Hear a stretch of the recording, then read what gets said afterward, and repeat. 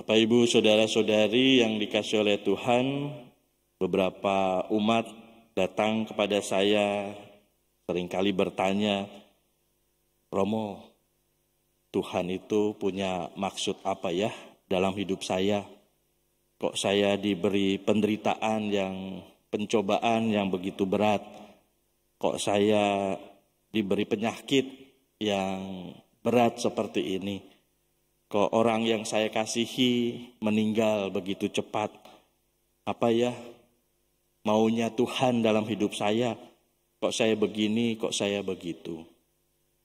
Seringkali kita bertanya maunya Tuhan apa dalam hidup kita saat kita sedang mengalami penderitaan, sedang mengalami hal-hal yang sulit dalam hidup kita.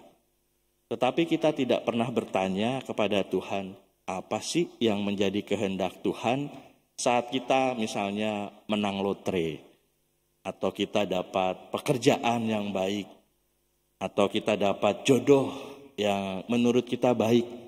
Kita jarang atau mungkin tidak pernah bertanya, maunya Tuhan apa ya saat saya dapat lotre seperti ini? Enggak pernah. Yang kita pikirkan adalah bagaimana apa uang ini atau lotre ini saya gunakan.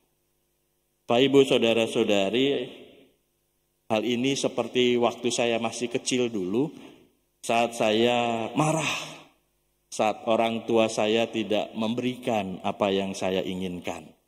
Tetapi saya diam saja saat orang tua saya membelikan baju atau mainan atau apapun yang menggembirakan saya. Ya saya diam saja. Karena itu tanggung jawab orang tua, itu kan kewajiban orang tua memberikan saya baju, memberikan saya mainan yang membahagiakan.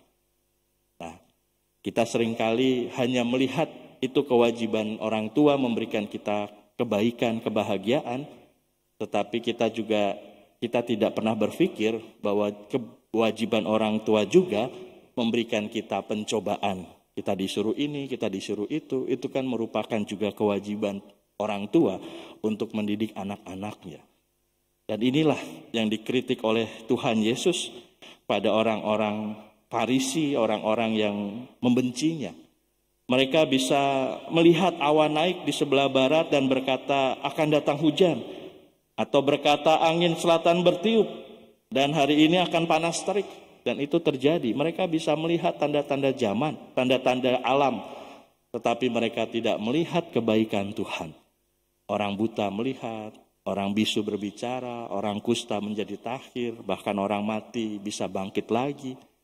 Mereka tidak melihat kebaikan Tuhan itu karena mereka dibutakan oleh kebencian.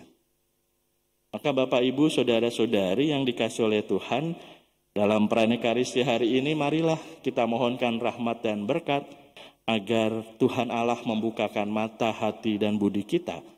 Kita bisa melihat Tuhan yang Maha Rahim saat Tuhan memberikan kita berkat dan rahmat, tetapi kita juga bisa melihat Allah yang Maha Kasih saat Tuhan memberikan kita pelajaran di dalam pencobaan dan penderitaan yang kita alami. Sehingga apapun yang kita alami dan kita alami dalam hidup kita, kita percaya Tuhan punya niat baik, punya rencana baik dalam hidup kita, sehingga kita bisa berbagi berkat untuk sesama. Maka mari kita sekali lagi mohonkan rahmat dan Roh Kudus turun dalam diri kita agar kita bisa melihat kebaikan Tuhan dan kita pun bisa juga berbagi kebaikan pada sesama kita pun seandainya saat kita mengalami pencobaan. Kemuliaan pada Bapa dan Putra dan Roh Kudus seperti pada permulaan, sekarang, selalu, dan sepanjang segala abad. Amin.